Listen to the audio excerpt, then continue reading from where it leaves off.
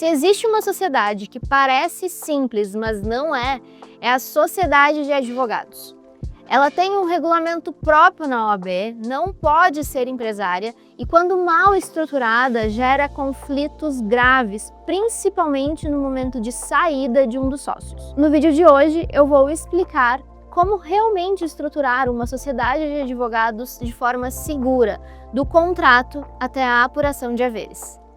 O meu nome é Paola, eu sou advogada, especialista em direito societário e aqui na Beck Advogados nós apoiamos escritórios de advocacia a estruturar de forma segura a governança entre sócios.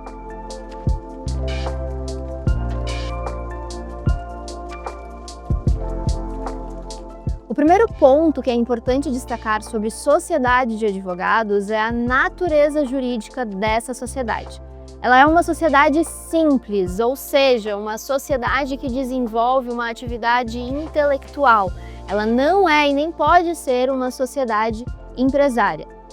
Essa característica muda o jogo, porque significa que o que está em foco na sociedade de advogados é o desenvolvimento dessa atividade intelectual que é a advocacia, e não o elemento mercantil de circular bens ou serviços. Na sociedade de advogados, o elemento central é o sócio, é o serviço, e não o capital. A sociedade de advogados é uma sociedade simples e não empresária.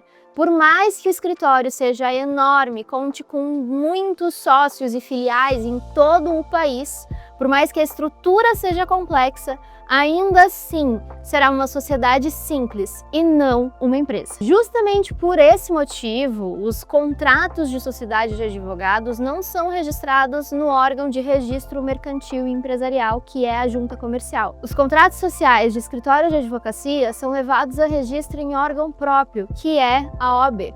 Além disso, em escritórios de advocacia só podem ser sócios aqueles que sejam advogados. E isso é um ponto muito relevante quando falamos em apuração de haveres. Vamos ver lá na frente nesse vídeo. O fato de o contrato social ser submetido à OAB gera um filtro institucional muito mais rígido. Somente advogados podem ser sócios de escritórios de advocacia. Pessoas que não sejam formadas em direito e aprovadas na prova da OAB não podem ingressar como sócios. Além disso, nesse tipo de sociedade, o único objeto social que pode ser explorado é o exercício da advocacia. Outro ponto importante sobre esse tipo de sociedade são as formas como os advogados se relacionam societária e contratualmente com essa sociedade de advogados. O que eu quero dizer com isso? Em uma sociedade de advogados, nós temos o sócio de capital, o sócio de serviço e ainda o advogado associado.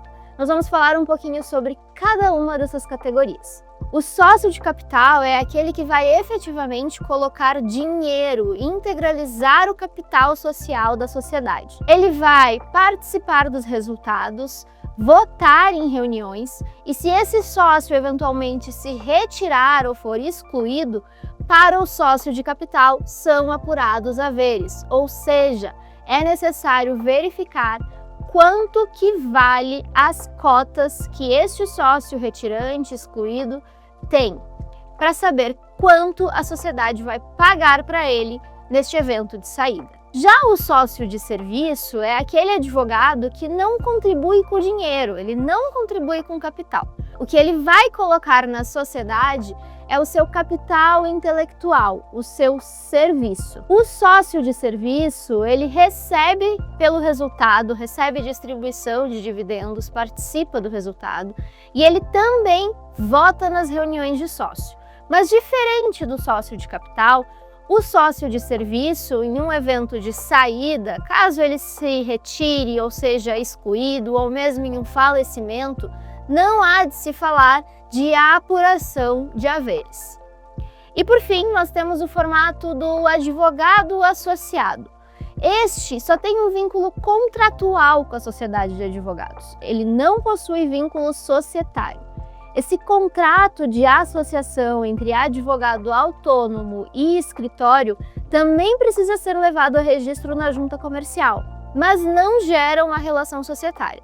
É uma relação contratual em que o escritório faz uma contratação de um prestador de serviços, que é o advogado, e o remunera por isso. Quando falamos de categorias de sócios em sociedade de advogados, é indispensável a leitura do provimento 169 da OAB, que classifica sócios patrimoniais, sócios de capital e os sócios de serviço. Quando temos mais de uma categoria de sócios, regular de forma super minuciosa como essas relações vão funcionar, tanto no contrato social como num acordo de sócios, é imprescindível. Principalmente porque, por mais que durante a sociedade todas as categorias de sócios, seja sócio de capital, seja sócio de serviço, recebem, participam dos resultados e têm direito de voto, no momento de saída, o tratamento desses dois tipos de sócios é diferente. O sócio de capital recebe haveres, o sócio de serviço não recebe haveres. Se as regras do jogo não estiverem bem definidas e bem claras, é possível que ocorra um litígio societário dentro da sociedade de advogados. É importante destacar que o contrato social é um documento obrigatório para a existência da sociedade de advogados, que uma vez levado a registro na OAB, passa a ter validade perante terceiros. Também, o registro na OAB dá publicidade para esses terceiros. O contrato social é, portanto, um documento essencial, mas ele não é o único documento societário que você deve ter atenção no momento de estruturar a sua sociedade de advogados. Precisamos lembrar que um acordo de sócios é também possível em sociedade de advogados. E, em muitos casos, é recomendável e essencial para estruturar de forma adequada como o voto vai acontecer, como as reuniões de sócios vão ocorrer, como que as apurações de haveres vão ocorrer em cada evento de saída de sócios, eventuais distribuições de resultados de forma desproporcional à proporção prevista no capital social, entre outros assuntos que podem ser tratados em acordo de sócios. Enquanto o contrato social é um documento público, o acordo de sócios é um instrumento privado que permite aos advogados estruturarem a governança dos seus escritórios de advocacia da melhor forma possível. Algumas cláusulas são essenciais em acordos de sócios para escritórios de advocacia. A primeira é a cláusula de entrada de sócios. Como o advogado colaborador vai se tornar sócio? Quais são os requisitos? Quem que pode aprovar? Quem que pode recusar essa entrada? Como é o procedimento dessa entrada? Vai ser na modalidade de sócio de capital, de sócio de serviço? Todas essas regras podem estar dispostas no acordo de sócios. Outra cláusula muito importante é a cláusula de distribuição de resultados.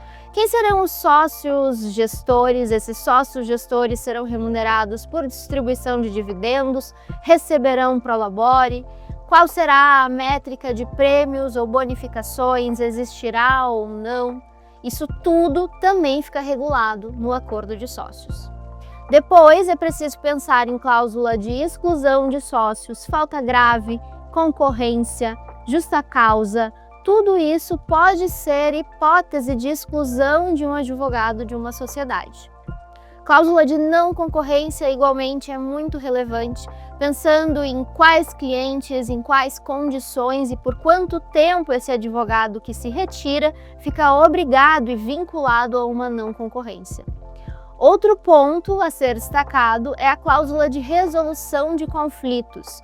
As disputas envolvendo a sociedade de advogados irão a foro comum ou serão objeto de arbitragem mais especializada sobre essa matéria. Agora, os conflitos costumam ocorrer em sociedade de advogados quando falamos da saída de um sócio. Em matéria de apuração de haveres, precisamos prever se as causas em aberto, os processos judiciais em andamento, farão parte dessa composição da apuração. É muito delicado falar em avaliar uma sociedade de advogados. Onde está o valor, o valuation de uma sociedade que é composta por serviços? Está no seu capital humano, nos seus profissionais, nos processos judiciais em aberto, porque ativos mesmo, lá no balanço, pode ser que o escritório tenha sede, equipamentos, mas equipamentos de uso diário, cadeiras, notebooks, que não são o que realmente dá valor a essa operação de sociedade de advogados. É muito comum que honorários em aberto, honorários pendentes, projetos que ainda estejam sendo conduzidos, é que realmente oferecem valor a essa sociedade. Se um sócio se retira, a dúvida é: até que ponto esse sócio faz jus ao recebimento de honorários pendentes, que já se materializaram, mas não foram pagos, de ações que ainda estão em tramitação, de recursos que ainda estão por acontecer em caráter administrativo ou de projetos consultivos. Essas métricas precisam estar postas em contrato social ou, idealmente, em acordo de sócios. A ausência dessa previsão é um conflito esperando para acontecer. Se não houver regramento de apuração de haveres no contrato social, a regra que vale é a regra geral do critério patrimonial apurado em balanço. Esse balanço discute-se se leva em conta ou não os intangíveis, e a jurisprudência tem tendencionado a não considerar os intangíveis. Quando pensamos no que compõe um balanço de uma sociedade de advogados, é muito simples perceber que o grande ativo do escritório talvez não esteja e nem poderia estar contabilizado. Nesse cenário, sócios retirantes podem se entender prejudicados e causar assim uma disputa, um litígio societário relevante. O entendimento de que em sociedade de advogados não se inclui os intangíveis na apuração de haveres está fundamentado na noção de que a clientela é de cada advogado, é do escritório de advocacia, é do profissional, e o ativo é o capital intelectual. Todavia, hoje em dia, nós temos escritórios consolidados no mercado em que a marca, a reputação e outros ativos intangíveis são muito valiosos. Essa discussão está longe de estar pacificada.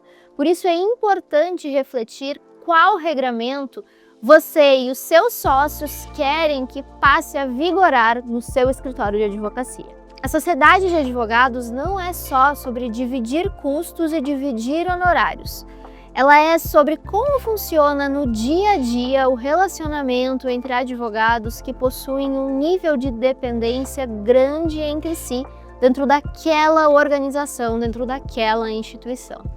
Pensar os regramentos que funcionam para a sua sociedade faz com que as relações dos advogados envolvidos sejam mais longevas, garantindo a continuidade e a perenidade do escritório de advocacia. Se você participa de uma sociedade de advogados, entender sobre esses pontos faz toda a diferença. Se você quer entender se a sua estrutura societária dentro do escritório de advocacia é segura e faz sentido tanto para o escritório quanto para os advogados envolvidos, converse com a equipe da Beck Advogados. E não deixe de se inscrever no nosso canal para receber mais conteúdos como este. Assine também a nossa newsletter e nos segue nas demais redes sociais.